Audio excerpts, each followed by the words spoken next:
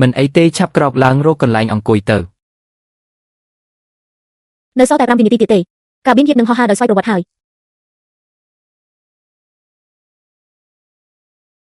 9 3 2 1ដាក់ខ្សែក្រវ៉ាត់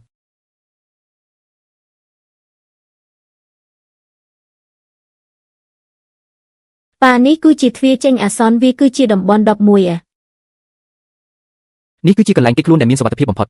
មើលទៅដូចជាពួកយើងមានសំណាងណាស់កន្លែងដែលមានសុវត្ថិភាពបំផុតគឺមានតែមួយគត់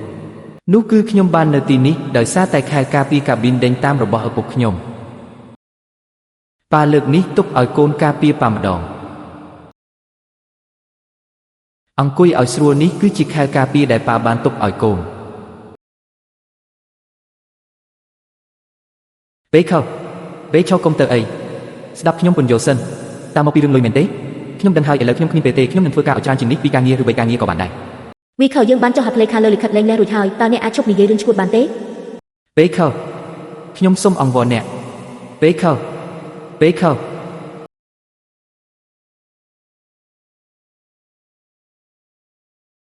ខ្ញុំនឹងផ្លាស់ប្ដូរអតីតកាលខ្ញុំនឹងជួយសង្គ្រោះប៉ាខ្ញុំហើយនឹងគ្រប់គ្នានៅលើយន្តហោះនេះផងដែរ